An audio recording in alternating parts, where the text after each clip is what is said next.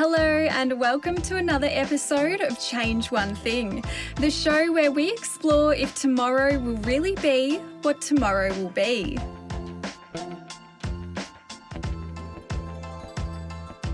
Hello again, it's Lani, and joining me for today's episode is Nicole Rinehart, a professor of clinical psychology and the director of the Deakin Child Study Centre at Deakin University. Nicole is a passionate researcher and advocate for children with disabilities, who has become an international leader in her field. Her research focuses on childhood neurodevelopmental disorders such as autism, Aspergers disorder and ADHD.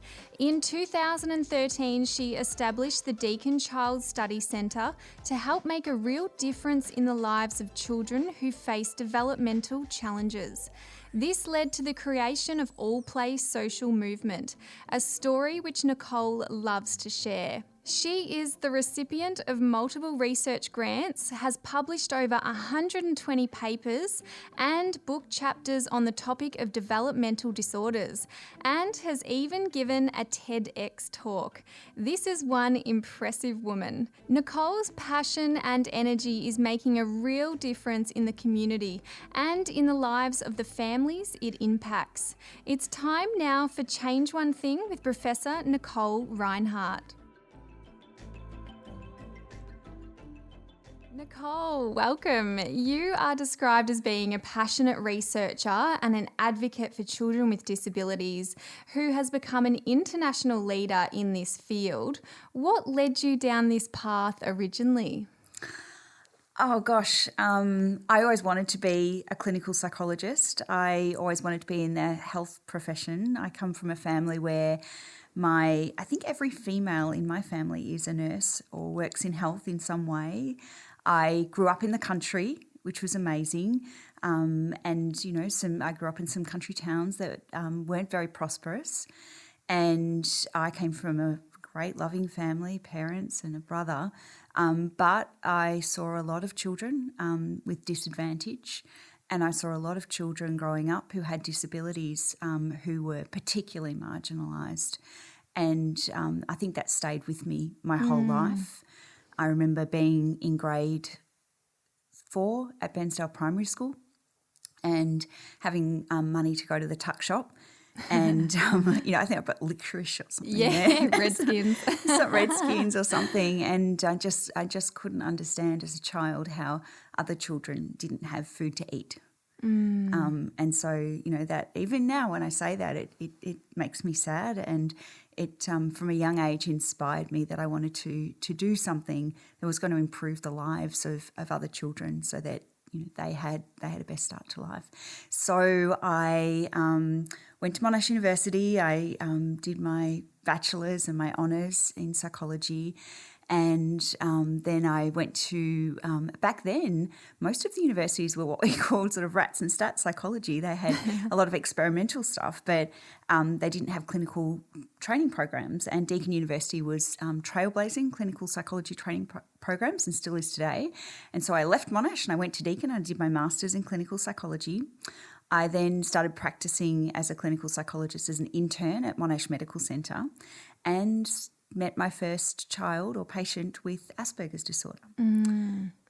So that was back in 1998, and Aspergers disorder had just been brought into the diagnostic manual in 1994, so we didn't know much.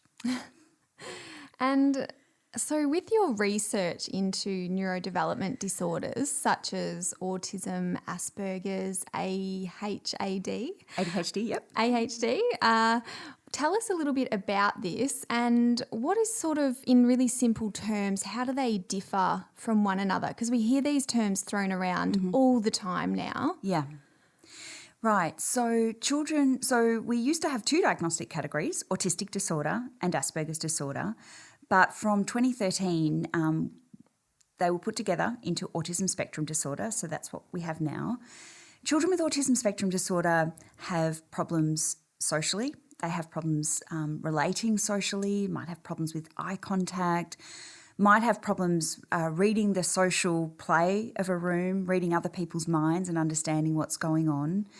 They have communication difficulties, and there's a real spectrum there. Some children develop language very well, in fact, develop language in a precocious way.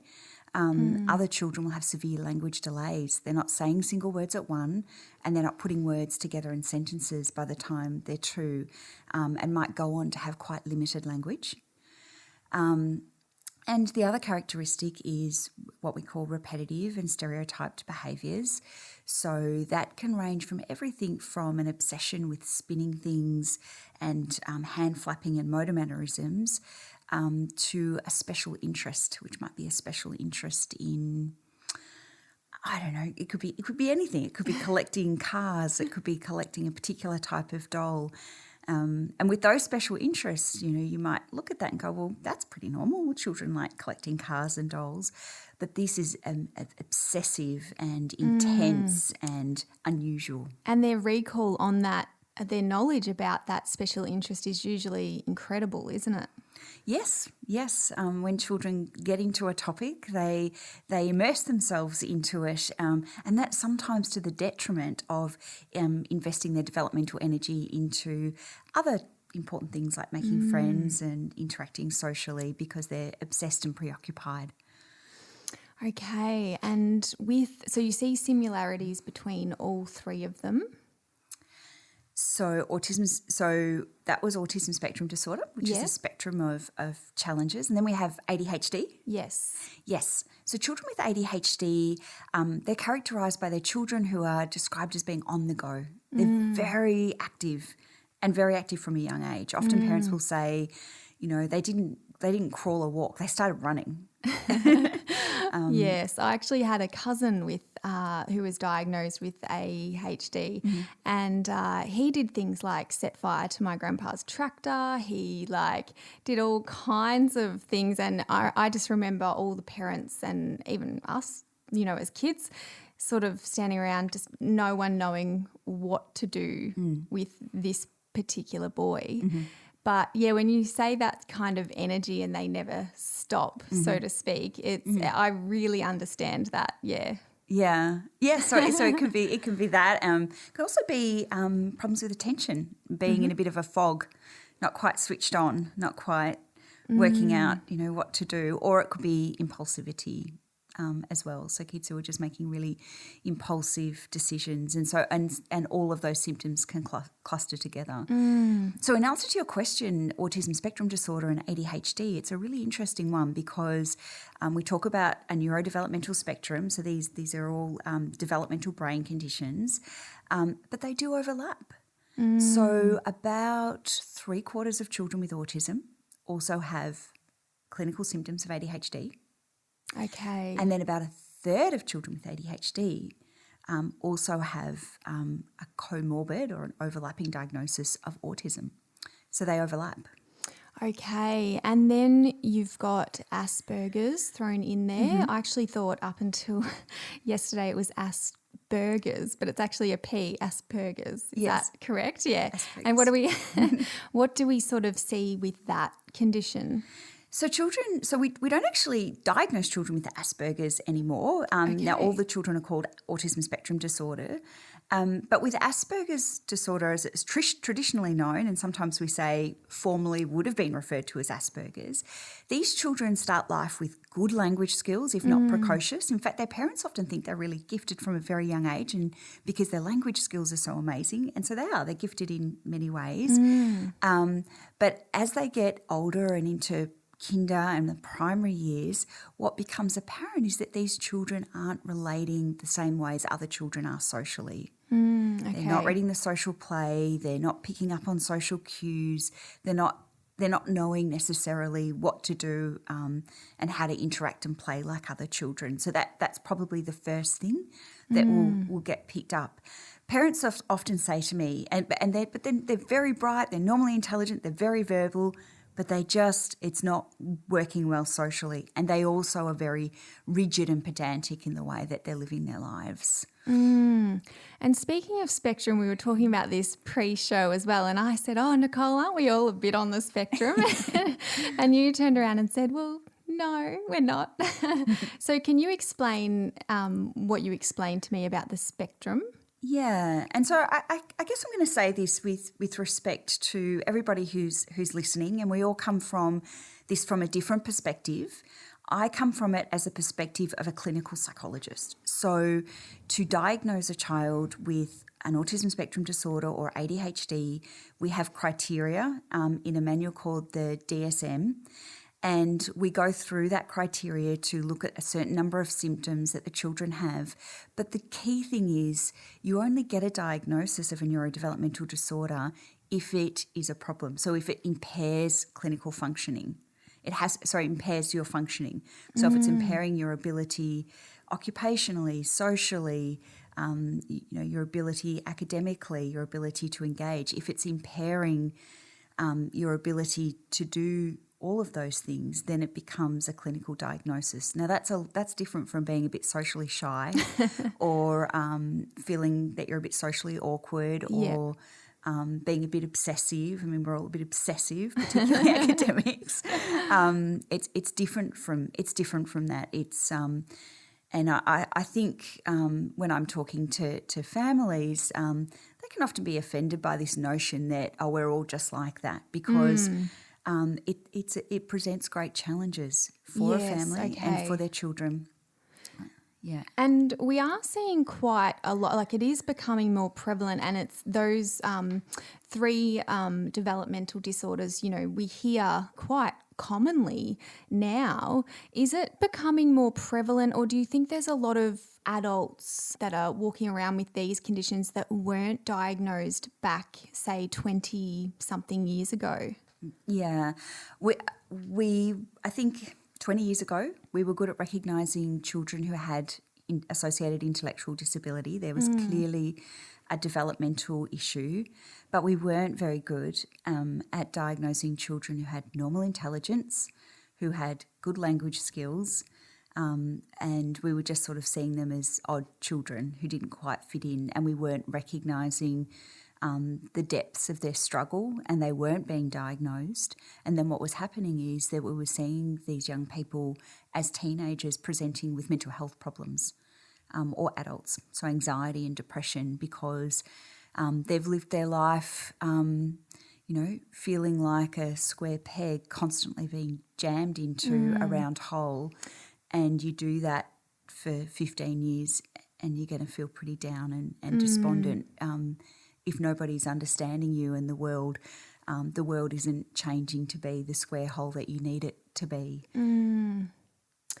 And Nicole, there's particularly with autism, there's been some research and talk into whether vaccinating can be linked to autism in particular. What's your perspective on this, and why do we hear so much about this now too? Well, I'm not even going to comment on that because it's just not true. It's not a conversation. It's not true. There's no link. All right, no worries. In 2013, you established the Deakin Child Study Centre with the aim of making a difference in the lives of those children affected. Tell us about this centre. So, as I said, the first part of my career was trying to understand how we could better diagnose children with neurodevelopmental disorders. And in the 90s, we had brain imaging and EEG and all of these fancy neuroscientific techniques. And we learnt a lot about the clinical profile, and we started to be able to recognise and diagnose children better, which is great because the earlier you're diagnosed, then the better chance you have of interventions and support that you need to live the best life you can. So that was great, and that was great to be a part of that era of research. But then I realised as I was going into my clinic at the Melbourne Children's Clinic every Friday morning that the treatments that we had available weren't changing. The lives of these children weren't changing. So yes, we could diagnose them and understand what their needs were, but there was absolutely nothing out there to support them.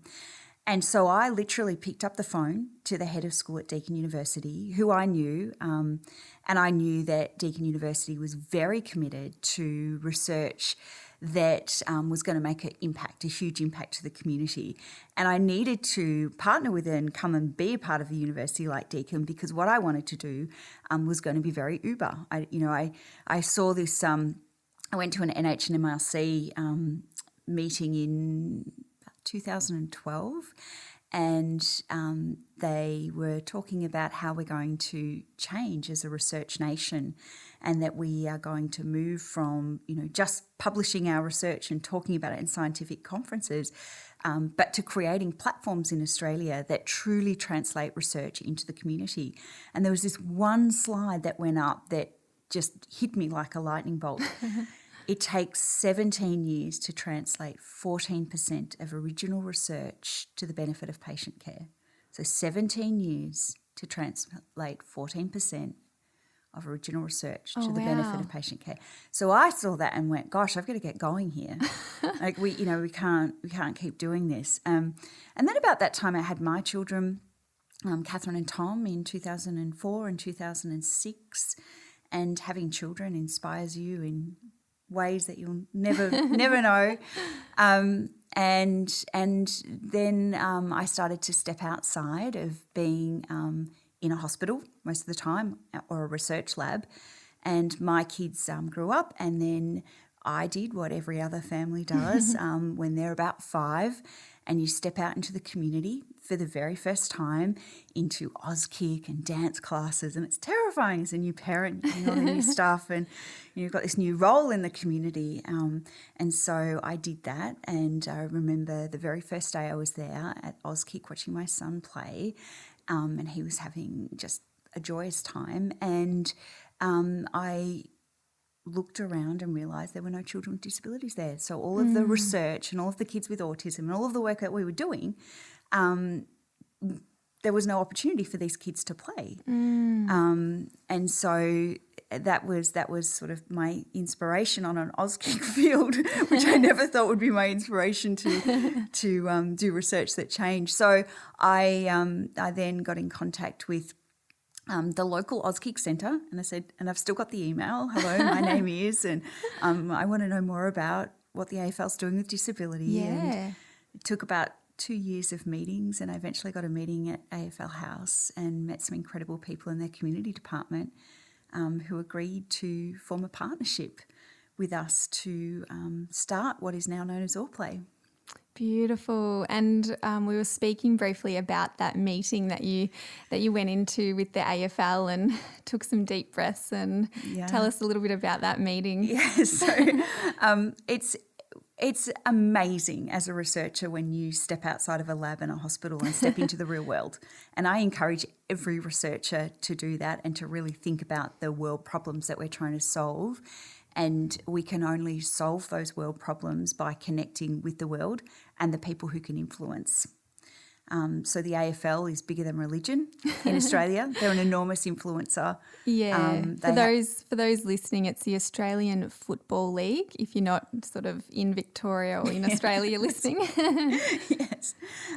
So as a researcher, though, that's absolutely terrifying. In fact, the first time I stepped foot at AFL House, I was just like a fish out of water. And that was 6 years ago. And then more recently, I got to present what we'd achieved in 6 years to the AFL executive and sit next to Gil McLaughlin. And they said, I think I had 8 minutes to tell what happened in the last 6 years. But it was amazing. So that it's okay to be terrified. Like I've got used to doing that. And what inspires me is I think about children with disabilities, families who are looking after their children with disabilities, and how brave they have to be every day to do basic things that we take for granted. So I figure if they can be brave every day and do what they're doing, I think I can do that too. So they inspire me to take risks. That's beautiful. So you're pulling that courage from and sort of thinking to yourself, I'm doing it for them. If they can do it, I can do this. I can do this 8 minutes, where I've just got to pull it together. And that's beautiful inspiration. I absolutely love that.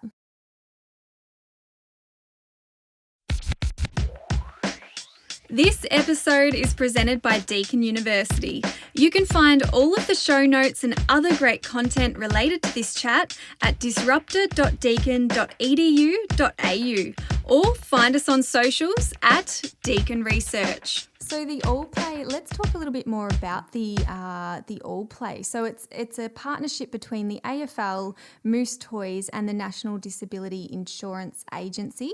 So it's been described as the biggest game changer for children with a disability in sport to date. So that's an amazing concept. And you came up with it just watching one of your kids play Auskick. Yeah. I thought the world, and this is the great thing about stepping outside of the hospital and the lab, right? I thought this was all solved. I thought that if you had a child with a disability, you could just enroll them into Auskick, that there would be all the resources and information you needed, that the coaches would know what to do, and that there was a clear pathway, and that different centres were set up to look after kids with disability. I just thought the world was set up like that, and I realised it wasn't. So the first thing that we did is establish a toolkit with tips and information for parents, coaches and children, so that they can have those resources to know how to support a child, or if they have a child, how to get involved. Anyone can go online. It's an open access resource to allplay.org.au. And you can sign up and become, part of the AllPlay community, or AllPlay social movement as we're talking about it. If you're signing your child up to Auskick for the first time this year or next year, there'll be links that will link you back to the AllPlay resources. So as a parent, for example, you might want your child to be enrolled in Auskick, but they're too anxious and you don't have the tools to know how to help your child to overcome that anxiety, and the coach mightn't have that information. So this provides all the resources and information in a very, very, very accessible way. That was the other thing I learned in this journey, was to get from the research and the lab to make a difference in the community. It wasn't about putting our journals online or our books. No one wants to read them. And also nobody wants to hear from academics and psychologists. So we knew that. So when we set up the website, we thought about it from the perspective of a coach. And a coach in Auskick is a volunteer parent in the community. So we designed it so in 2 seconds they could get information about anxiety. It's all evidence-based, and one of our colleagues in sport said to us, so how is that 3-sentence tip that you're giving evidence-based? What do you mean by that? What does that mean, researcher? And I said, well, it's a very simple strategy that's going to help that child be able to play Auskick, but behind it is 10 PhDs, we read 26,000 papers, and we took all of that to distill it to the one thing you need to know to make the world fit for all kids on that day. Do we see a little bit more of an anxiety trait coming through with these developmental disorders as well? 4-fold risk. They're at greater risk for mental health problems. If a child is diagnosed with autism, they might have another disorder as well. They might have ADHD. They might have dyslexia. They might have a mental health condition. These are complex neurodevelopmental disorders, and they often present in a complex way. So sometimes we're doing interventions to support the core autistic symptoms. Sometimes it's a specific intervention around anxiety, but anxiety is a huge one, and that can be the most debilitating symptom, because when children become too overwhelmed and too anxious, they might start to avoid going to school, avoid leaving the house. So I treat a lot of children who feel fearful just to leave their home. Home is safe, it's predictable, it's organised. They know what's going to be on for lunch and what their parents are going to do and say, and so they're safe there. But left unmanaged, children can become quite homebound, and that's a very, very slippery slope. And so to come back to AllPlay, if from a very early age children are having very good experiences in the community where the world is built for the children, where people understand them rather than stigmatise them or put them on the sidelines, or worse still, just lower the bar in expectation, that's it can be quite life-changing. So these are I often say this isn't rocket science. It's just that, and there's a lot of great initiatives for inclusion around Australia and around the world. But where AllPlay is different is that everything we do is research and evidence-backed. So we're very precise in the way that we're approaching it. Nicole, what other collaborations has AllPlay explored? With our AllPlay dance program, we did a fantastic collaboration with the Queensland Ballet last year. And I don't know if you know Li Xuanxing he's the artistic director and of Mao's Last Dancer fame, my favourite book, and my absolute, hero. I've loved his story. I've, love his incredible achievements as a dancer. And so when we started AllPlay Dance, I said to the team, this is all about excellence. We are so sick of children with disability getting second rate. So excellence is the AFL, excellence is the CEO of the AFL being behind it. So what are we going to do for dance? And I said, it has to be the Queensland Ballet. It has to be Li Xuanxing. So we had an initial conversation. We told them what had happened with the AFL and how successful the partnership had been.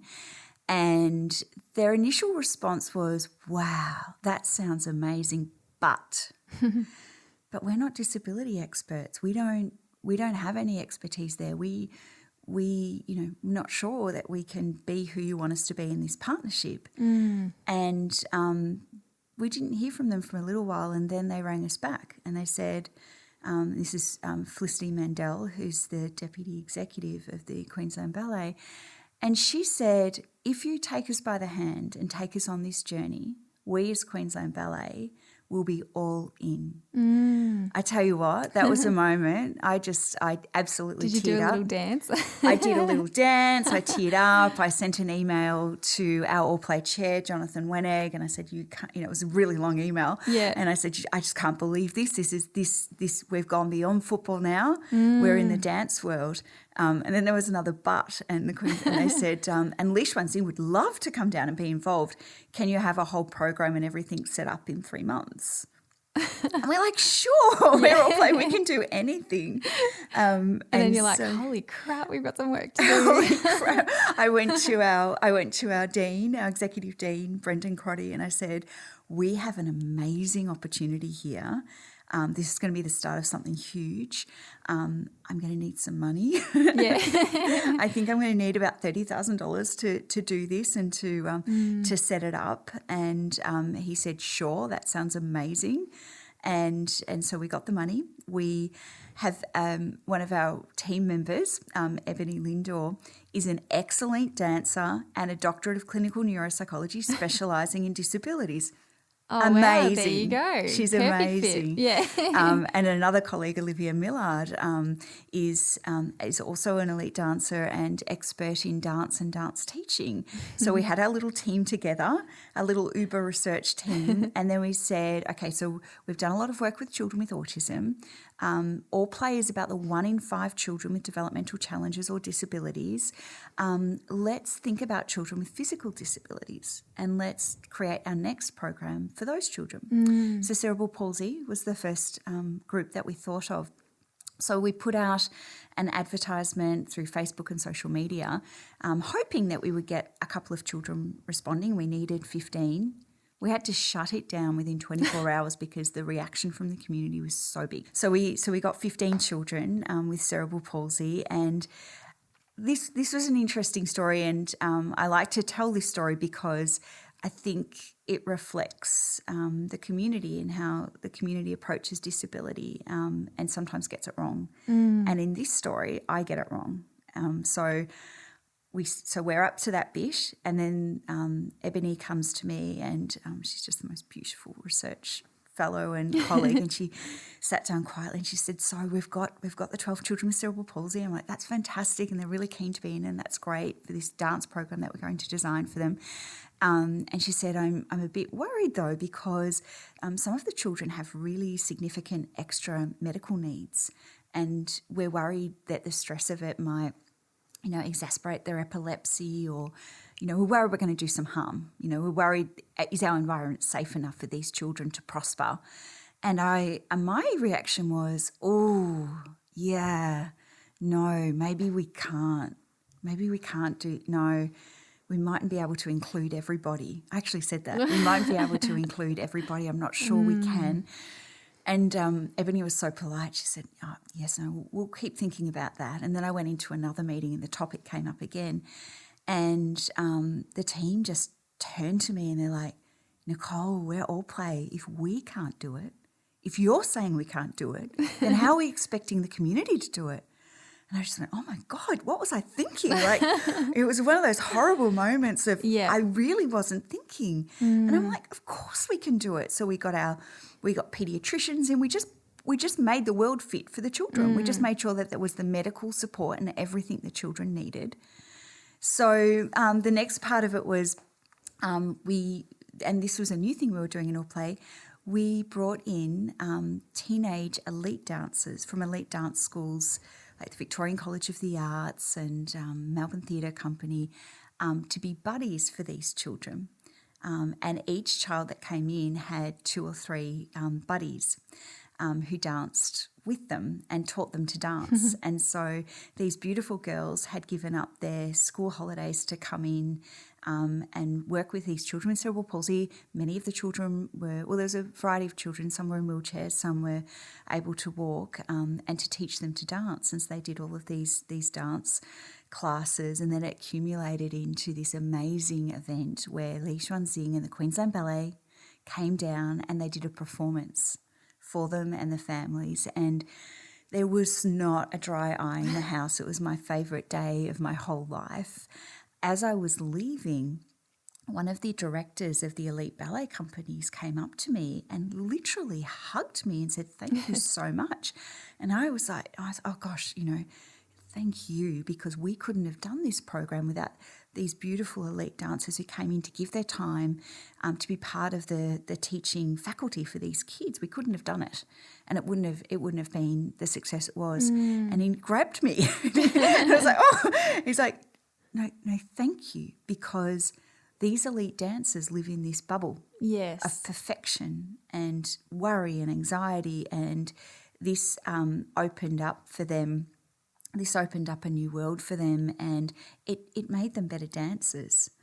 And so I was just like, wow, unbelievable. Okay. So it was having an effect on beyond what you could have ever imagined. Yeah. So there's AllPlay AFL, there's AllPlay Dance. Is there what's next? Are you thinking with AllPlay, or are there any other aspects to it? So we're about to launch AllPlay Learn in July with the Department of Education Victoria. So as we built these resources and tools for coaches and for dance teachers, the Department of Education said, wow, we'd like to come on and partner to have these tools also for teachers, from kindergarten teachers through to adolescents into high school. The vision for AllPlay is that we overcome one of the barriers for parents at the moment, and that is the website is full of all of this information. It's hard to sift through. It's hard to know what's evidence-based. And even if you do find it, it's so hard to read. I was looking at something online the other day about dyslexia, and I know a few things about disability. I was like, I don't understand what that means. Yeah. And so if you don't understand, none of us are going to understand. I know. It's just there's a lot of complex stuff out there. So with not everyone plays footy and does dance, but everyone goes to school. So we hope that from the time a child is diagnosed or identified as having a developmental disability, that paediatricians in the community will refer children to the AllPlay Learn website from 12 months of age. They'll be able to get the resources and information and strategies they need for their child to thrive in those early years. And then the parents will be familiar with the website and the information, and then they might go and do a dance class or do an Auskick, or and it will be in this sort of safe, trusted brand of AllPlay. So that's the vision. Fantastic. Absolutely incredible. Nicole, I want to change tune slightly now and talk about your amazing TEDx talk. And we'll link to this in in the show notes for our listeners that do want to go and watch that. So you do speak about the AllPlay and autism further in this TEDx talk, and you're really focusing around something called inclusion, which you touched on briefly before. It really is a brilliant talk, by the way. I absolutely loved it. Your delivery was spot on. It was the most terrifying 15 minutes of my life, but thank you. Well, you couldn't tell at all. Can you explain to us your theory around inclusion and why it's so hard to sort of still figure this one out? Okay. I think everybody wants to be inclusive in our community. Everybody wants to do the right thing, particularly by children. But they mightn't have the information and resources. And when people don't have information and resources, they go into the what we call do no harm phase of I'll just do nothing, or it's too hard. So giving that message that it's not hard, it's not rocket science. There are some simple, accessible tools you can access that can promote inclusion. Is, we think, one of the important factors to break down those barriers, and understanding what a child's issues are to be included. So let's just think about inclusion in a typical primary school. So little Johnny, who is typically developing, is sitting in the classroom, finishing up maths, and the bell goes and he's going to go get his lunch and play footy. So he jumps up, grabs his lunch, heads off to the playground, playing footy, having a ball with his mates. Child with autism is sitting in the classroom. They sit behind a social barrier, have problems with social skills, a communication barrier. They don't always know how to join in or ask how to play something. But they also sit behind a motor barrier of inclusion. So 80% of children with autism also have motor problems, coordination problems, throwing a ball, catching a ball.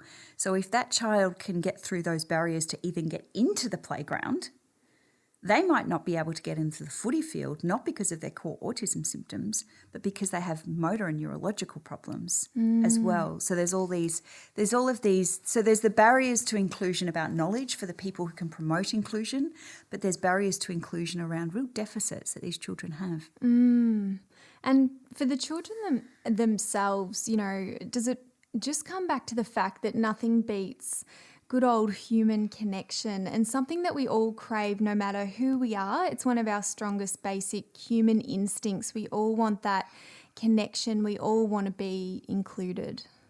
Yeah, absolutely. And as everybody can relate to this, and I think particularly in the modern era of social media and feeling excluded, I know young teenagers will see something on Instagram or something where everyone got invited to a party and they didn't get invited. Imagine if that happened to you every single day for your whole life. Oh, yeah, you can't imagine. It's an awful feeling. Yeah. And what are some of your tips out there for parents who have children who come under the autism, Aspergers, ADHD spectrum? Yeah. Okay. So one of my tips is it's a marathon. It's not a sprint.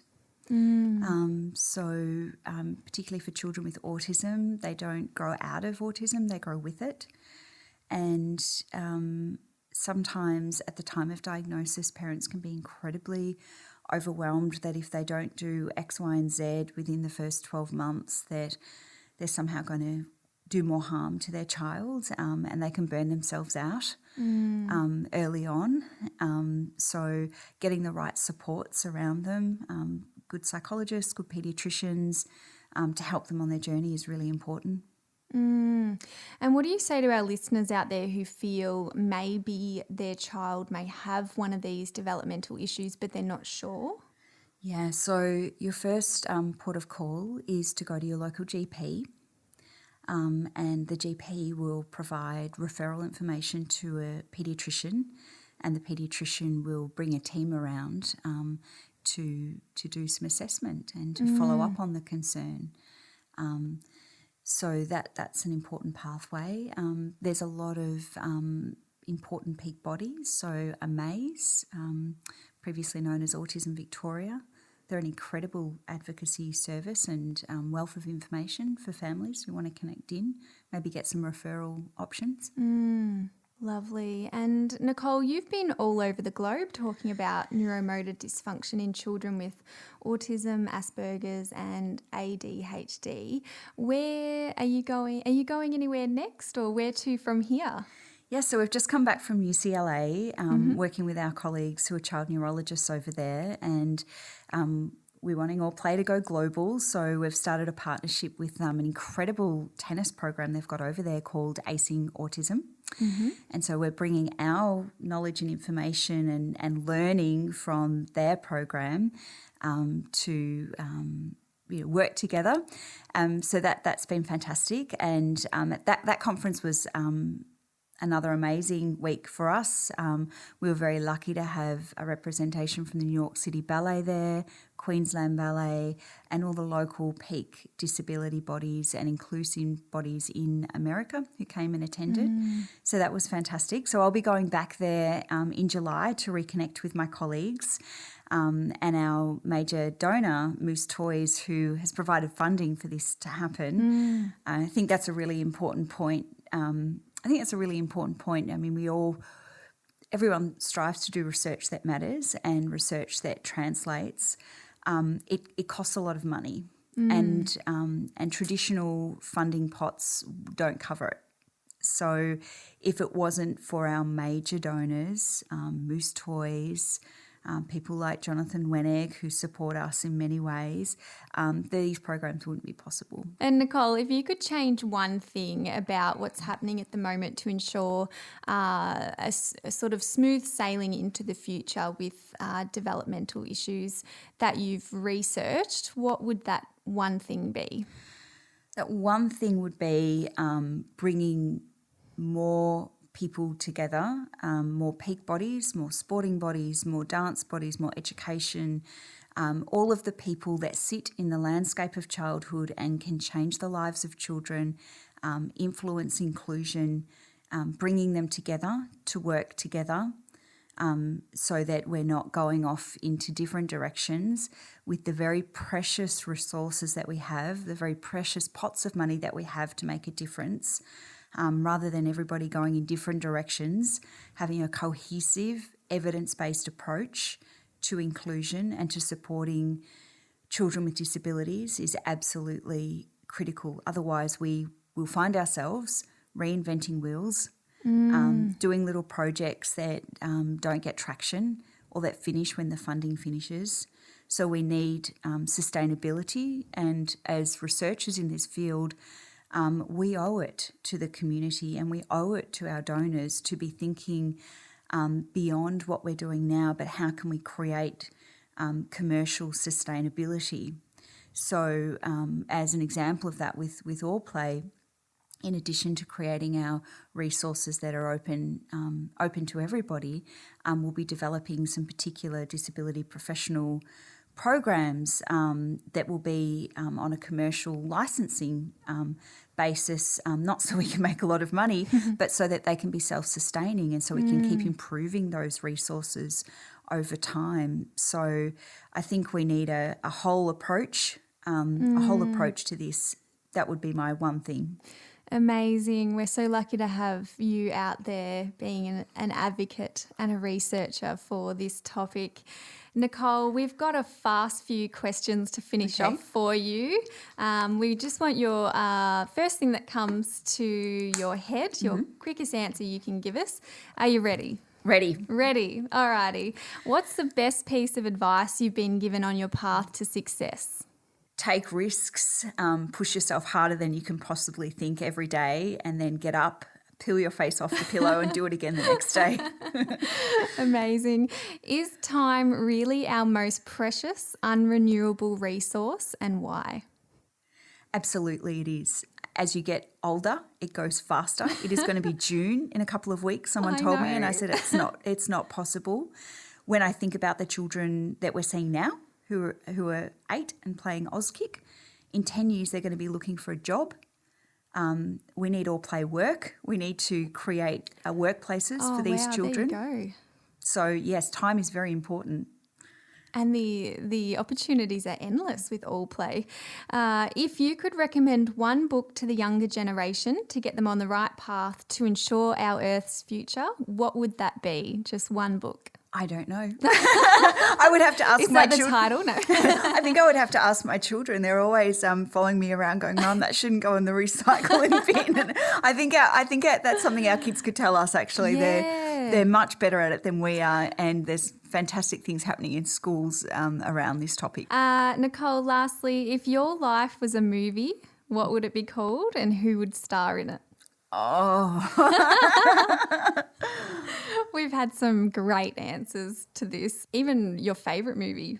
I'm just going to say the movie that inspired AllPlay Dance was Maya's Last Dancer. That was a book and a film. And when Lee Swanzing stood in front of the children with disability in the AllPlay Dance program, he, and I don't know, do you know the story? He was from a very poor background in China, and then went to the Houston Ballet and went on to become this amazing dancer, and, you know, went through so much to be the best in the world. And so when he was talking to these young children with disabilities, he was saying that disadvantage comes in so many different forms, and he had a lot of it when he was growing up, and he was inspiring them to, no matter what comes your way, just keep putting one foot in front of another and never give up on being the person that you want to be. So inspiring, Nicole. Well, it's been an absolute pleasure chatting to you today. I have learnt so much. You're an absolute legend. Keep doing what you're doing. Thank you so much for joining us on Change One Thing. Thank you. Thanks for listening. If you've enjoyed this episode, make sure to review, subscribe, and share with your friends.